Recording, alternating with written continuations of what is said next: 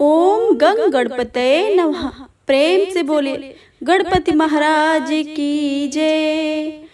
हे प्रिय भक्तजनों, आज ज्येष्ठ मास बुधवार का दिन है और आप सभी सुनेंगे बुधवार गणेश भगवान की बहुत ही दुर्लभ एवं पावन व्रत कथा। तो आप सभी भक्तों से अनुरोध है कि कथा को भक्ति भाव से और प्रसन्न मन चित्त से पूरा अवश्य सुनिएगा और कमेंट बॉक्स में गणेश भगवान की जय लिखना बिल्कुल भी मत भूलिएगा। आइए आज की कथा का शुभ आरंभ करते हैं।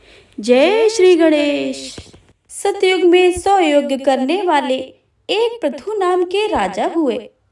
उनके राज्य में दयादेव नाम का एक ब्राह्मण रहते थे। वेदों में निषद उनके 4 पुत्र थे। पिता ने अपने पुत्रों का विवाह गृह सूत्र के वैदिक विधान से कर दिया था। उन चारों बहुओं में बड़ी बहू अपनी सास के कहने लगी, हे सासू जी, मैं बचपन से ही संकट नाशक गणेश भगवान का व्रत करती हूँ। मैंने पितृगृह में भी इस शुभदायक व्रत को किया है। अतः हे कल्याणी, आप मुझे यह व्रत अनुष्ठान करने की अनुमति प्रदान करें। पुत्र वधू की बात सुनकर उसके ससुर ने कहा कि हे बहू, तुम सब बहुओं में श्रेष्ठ हो और बड़ी हो। तुम्हें किसी प्रकार का कष्ट नहीं है और ना ही तुम भिक्षुणी हो। ऐसी स्थिति में तुम किस लिए व्रत करना चाहती हो? हे सौभाग्यवती, अभी तुम्हारा समय उपभोग करने का है। ये गणेश जी कौन है? फिर तुम्हें यह क्या करना है? कुछ समय के पश्चात बड़ी बहू गर्भवती हो गई।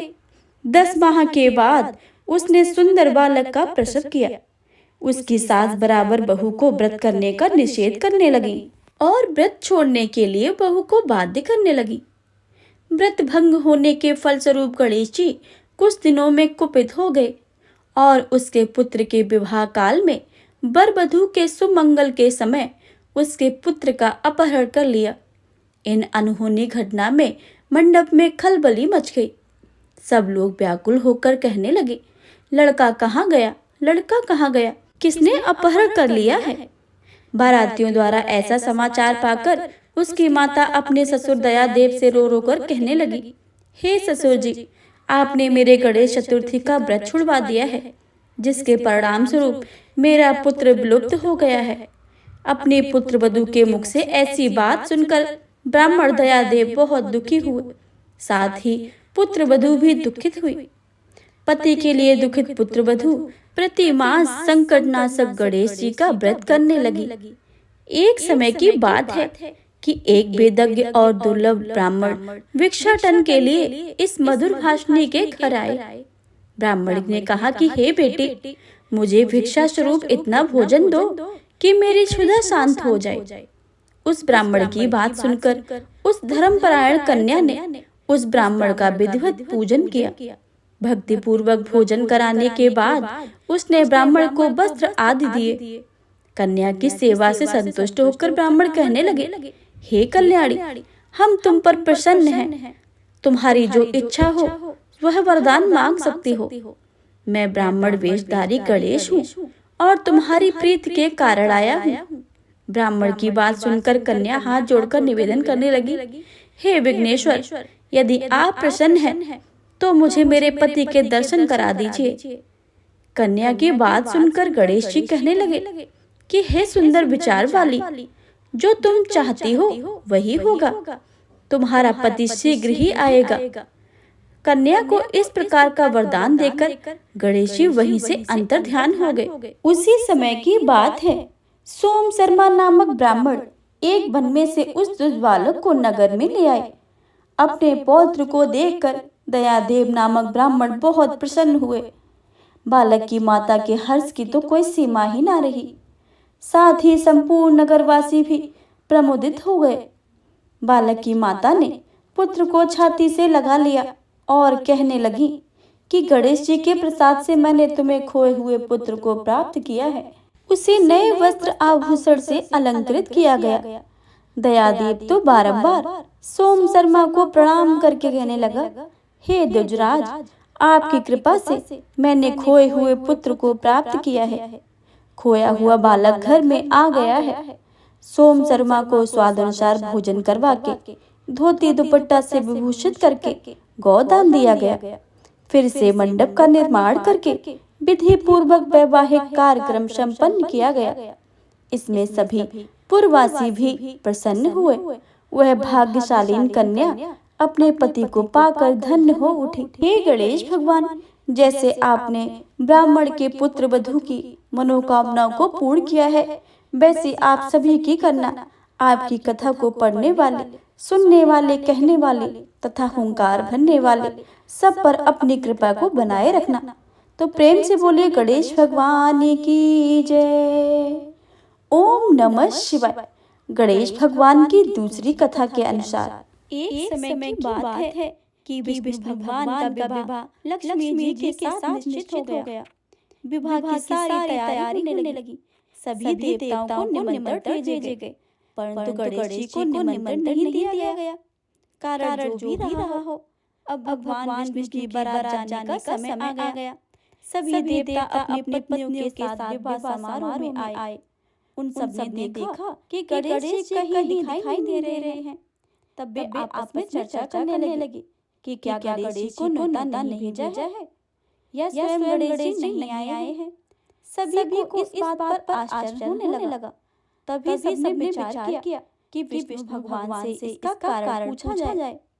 भगवान विष्णु से पूछने पर उन्होंने कहा कि हमने गणेश जी के पिता भोलेनाथ महादेव को न्योता भेजा था। यदि गणेश जी अपने पिता के साथ आना चाहते तो आ जाते। अलग से न्योता देने की कोई आवश्यकता भी नहीं थी। और दूसरी बात यह है कि उनके 1.25 मन मूंग, 1.25 मन चावल, 1.25 मन घी और 1.25 मन लड्डू भोजन दिन भर में चाहिए। यदि गणेश जी नहीं आएंगे तो कोई बात नहीं है। दूसरे के घर जाकर इतना सारा खाना पीना अच्छा भी नहीं लगता है। इतनी वार्ता कर ही रहे थे कि किसी ने सुझाव दिया कि गणेश जी भी आ जाएं तो उनको द्वारपाल बनाकर बैठा देंगे कि आप घर की याद रखना। आप तो चूल्हे पर बैठकर धीरे धीरे चलोगे तो बारात बहुत पीछे ही रह जाओगे। यह सुझाव भी सबको पसंद आ गया। तो विष्णु भगवान ने भी अपनी सहमति दे दी। होना क्या था कि इतने में गणेश जी वहां पहुंच गए और उन्हें समझा बुझाकर घर की रखवाली करने बैठा दिया। बारात चल दी। तब नारद जी ने देखा कि गणेश जी तो दरवाजे पर ही बैठे हुए हैं। तो वे गणेश जी के पास गए और उनके रुकने का कारण पूछा। गणेश जी ने कहने लगे कि विष्णु भगवान ने मेरा बहुत अपमान किया है। नारद जी ने कहा कि आप अपने मूषक सेना को आगे भेज दें तो वह रास्ता खोद देंगे जिससे उनके वाहन धरती में धंस जाएंगे। तब आपको सम्मानपूर्वक बुलाना ही पड़ेगा। अब तो गणेश जी ने अपनी मूषक सेना जल्दी से आगे भेज दी और सेना ने जमीन पोली कर दी। जब बारात वहां से निकली तो रथों के पहिए धरती में ही धंस गए।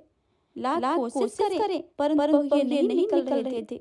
सभी ने अपने उपाय किए परंतु पहिए तो निकले ही नहीं, बल्कि जगह से टूट ही गए।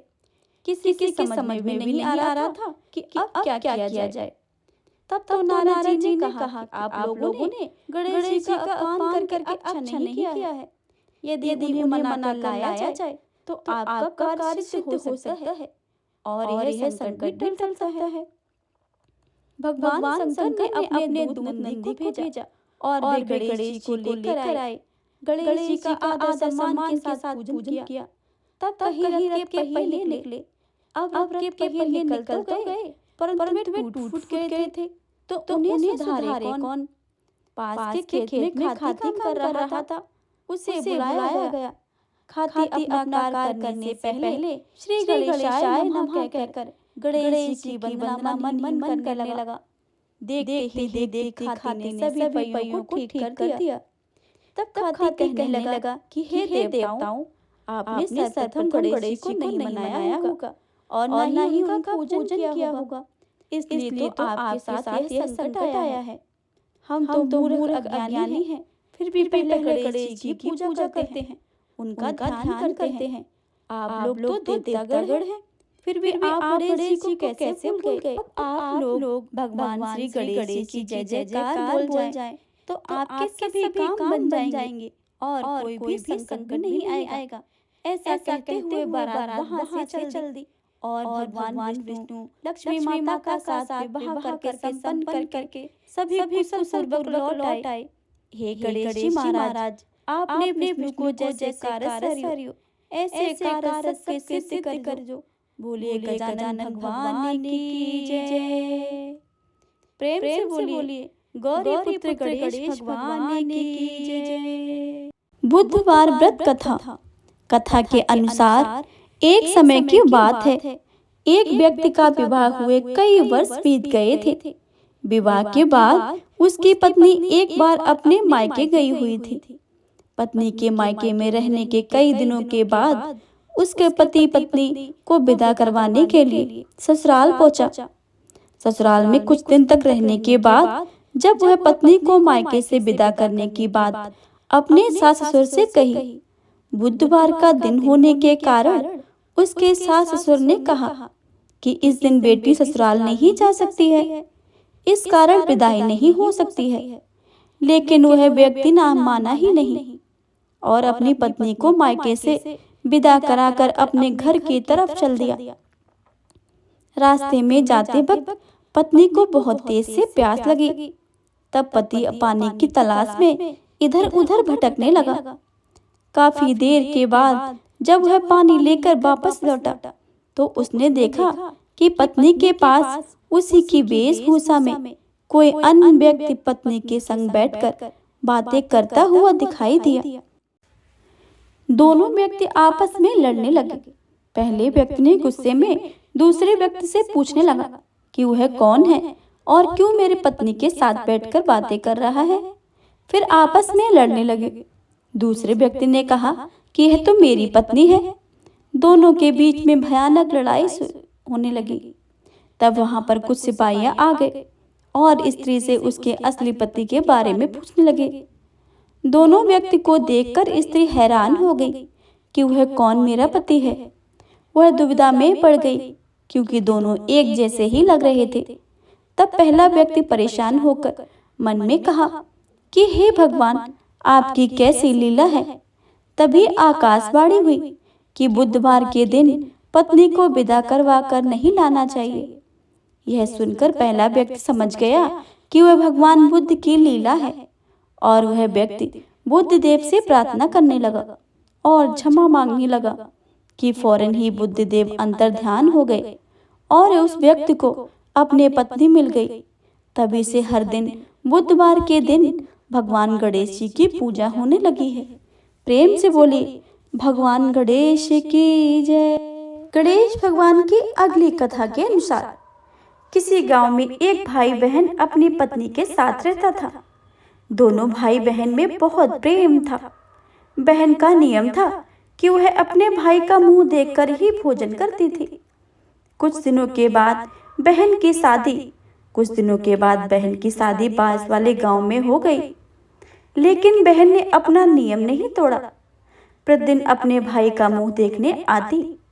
रोज सवेरे उठती, घर का काम करती, उसके बाद भाई का मुंह देखने और अपने पीहर को जाती। रास्ते में खेजड़ी का पेड़ था। उस पेड़ के नीचे विनायक जी की मूर्ति थी। पास में ही तुलसी माता का हरा भरा पेड़ था। पथवारी माता को दूध से सींचती थी। भाई का मुंह देखने जाती और कहती जाती, हे भगवान विनायक, मेरे को अमर सुहाग देना और अमर पीहर देना। इस प्रकार से कहती हुई आगे अपने पीहर के रास्ते पर चली जाती। रास्तों में कांटों की झाड़ियां थी। बहन के पैर में कांटे चुभ जाते थे। पीहर पहुंची, अपने भाई का मुंह देखा और पास में बैठ गई। भाई ने बहन के पैरों से खून निकलते देखा तो पूछा, भाई साहब, आपके पैर में तो जख्म कैसे लगा है, क्या हुआ है? तब बहन बोली, रास्ते में झाड़ियां थी, उसी के कांटे चुभ गए हैं। कुछ देर के बाद बहन अपने घर वापस चली गई। बहन के जाने के बाद नान भाई ने सोचा कि बहन मुझसे मिलने जाती है।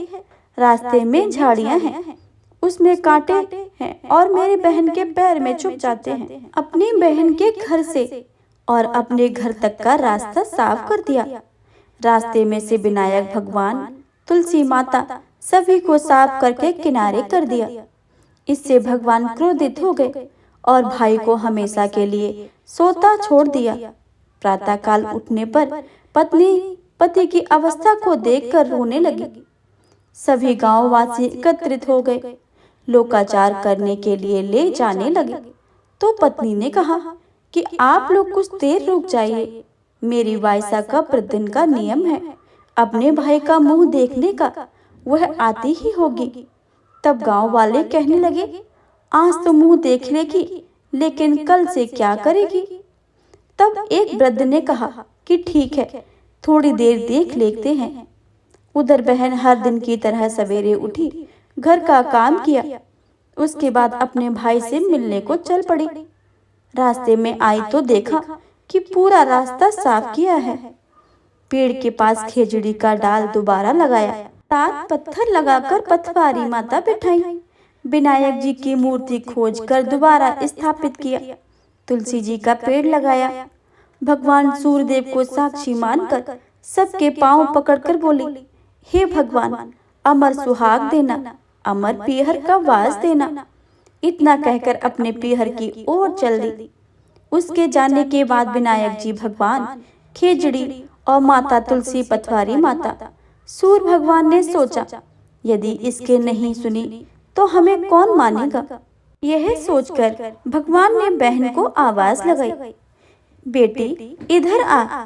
खेजड़ी के 7 पत्तियां तोड़ ली और इसे कच्चे दूध में घोलकर अपने भाई को इसके छींटे देना, वो सही सलामत उठकर बैठ जाएगा।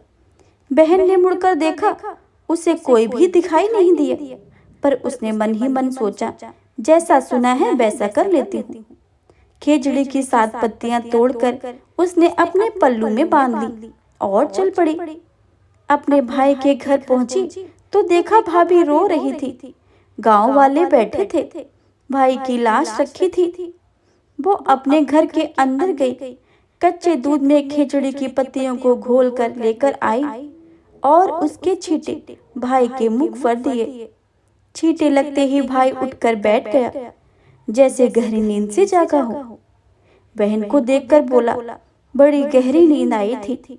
बहन ने मन ही मन उसे सभी भगवान को प्रणाम किया और बोली, ऐसी नींद दुश्मन को भी ना आए। फिर अपने भाई से बोली, भाई तुमने रास्ता साफ क्यों किया? भगवान के स्थान को क्यों उठाकर हटाया? मैं आते समय सभी को दोबारा स्थापित करके आई हूँ। भगवान की कृपा से मुझे अमर सुहाग और अमर पीहर का वास मिला है। फिर हाथ जोड़कर कहा, हे भगवान, जैसे मुझे अमर सुहाग और अमर पीहर का वास दिया है, वैसे ही सबको देना। जैसे मेरी लाज रखी है, वैसे ही सबकी रखना। बोलो विनायक भगवान की जय, पथवारी माता की जय, तुलसी माता की जय, खेजड़ी की जय, सूर्य भगवान की जय। गणेश भगवान की अगली कथा के अनुसार एक गांव में एक विधवा अपनी बहू के साथ रहती थी। उसकी बहू मंदबुद्धि की थी, जो अपनी भूख बर्दाश्त नहीं कर पाती थी और हमेशा खाने के लिए उतारू रहती थी। वह सबसे पहले उठकर खाना खाती थी, फिर घर के बाकी काम किया करती थी। एक दिन विधवा ने अपने घर में पूजा करवाने को सोचा, लेकिन वह थोड़ी परेशान थी, क्योंकि उसकी बहू अगली सुबह उठते ही खाना खाने को दौड़ेगी और पूजा के लिए बनाए पकवान को झूठा कर देगी। अपनी बहू को पूजा के लिए बनाए पकवान से दूर रखने के लिए विधवा ने एक तरीका निकाला। पूजा वाली सुबह उसने एक मटका लिया और उसके नीचे एक छेद कर दिया और अपनी बहू से बोली कि आज पूजा है, इसलिए खाना खाने से पहले पानी भर कर ले आओ। बहू भी बहुत चालाक थी। उसने देख लिया था कि विधवा ने मटके के नीचे छेद कर दिया है, इसलिए अपने साड़ी में आटा बांधकर पनघट पर चली गई और उसने आटा निकाला और कुएं के पानी की मदद से बाटियां बनाने लगी। कुएं के पास ही एक शमशान घाट था, जहां चिता जलाई जा रही थी। बहू ने उसकी आंच से अपनी बाटियां सेक ली। उसकी बाटियां सूखी थी तो वह पास में एक गणेश जी का मंदिर में चली गई, जहां गणेश जी को अब किसी ने चोला चढ़ाया हुआ था। उसने देखा कि गणेश जी की तोंद में पे घी लगा हुआ है। उसने उस घी को अपनी बाटी पर लगा लिया और उसका भोग गणेश जी को लगाकर वह बाटी खा ली और घर वापस चली आई। बहू की इस हरकत पर गणेश जी बहुत गुस्सा हुए और उन्होंने गुस्से में अपनी नाक पर उंगली चढ़ा ली। जब गांव वालों ने देखा कि गणेश जी ने अपनी नाक के ऊपर उंगली चढ़ा ली है, तो उन्हें मनाने के लिए बहुत ही जद्दोजहद किया गया, लेकिन गणेश जी ने अपनी उंगली वापस नहीं उतारी। जब यह बात राजा को पता चली तो राजा ने बड़े बड़े पंडितों को और ज्योतिषियों को बुलवाया और हवन करवाया, लेकिन गणेश जी फिर भी नहीं माने। सब बहुत चिंतित थे। राजा ने पूरे गांव में ऐलान करवा दिया कि जो भी इंसान गणेश जी की नाक पर उंगली हटाने में सफल होगा, उसे इनाम के तौर पर 5 गांव दिए जाएंगे। गांव के सभी लोगों ने गणेश जी को मनाने में लग गए, लेकिन गणेश जी माने ही नहीं और अपनी उंगली चढ़ाए ही रखे। अंत में विधवा की बहू बोली कि अगर आप सब आज्ञा दें तो वह गणेश जी की उंगली हटा सकती है। उसकी बातों को सुनकर विधवा हंसने लगी और बोली कि जब बड़े बड़े विद्वान कुछ नहीं कर पाए तो तू कैसे गणेश जी को मना पाएगी। किसी ने बोला कि जब सब लोगों को मौका मिला तो उसे भी एक मौका मिलना चाहिए। फिर सभी बहू को मौका देने के लिए मान गए, लेकिन बहू ने एक शर्त रखी।